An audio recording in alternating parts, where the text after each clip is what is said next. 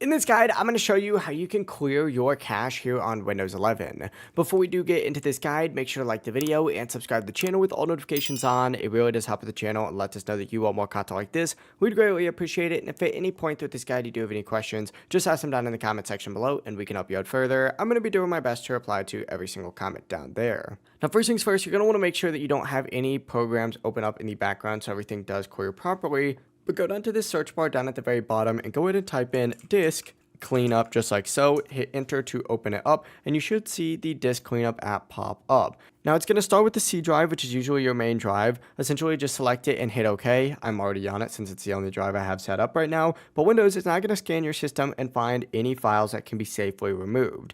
When the list appears, you're going to want to look for things like your DirectX shader cache, your temporary files, and any other cache related files, and just go ahead and select them just like so. And then essentially all you need to go ahead and do whenever you select whatever you'd like, and you can check every single one of these if you want to check them all off. Essentially, just go ahead and hit OK and then hit delete files. From here, it's going to go ahead and clean up your disk. And essentially, this is just Windows cleaning up anything that's unnecessary and cache related that can slow your system down and take up space. As soon as it disappears, you're good to go. Your cache has now been cleared. If this guide did help you out, make sure to like the video and subscribe to the channel with all notifications on. It really does help the channel and lets us know that you want more content like this. We'd greatly appreciate it. And if at any point that this guide did have any questions, just ask them down in the comment section below and we can help you out further. Have a great rest of your day though.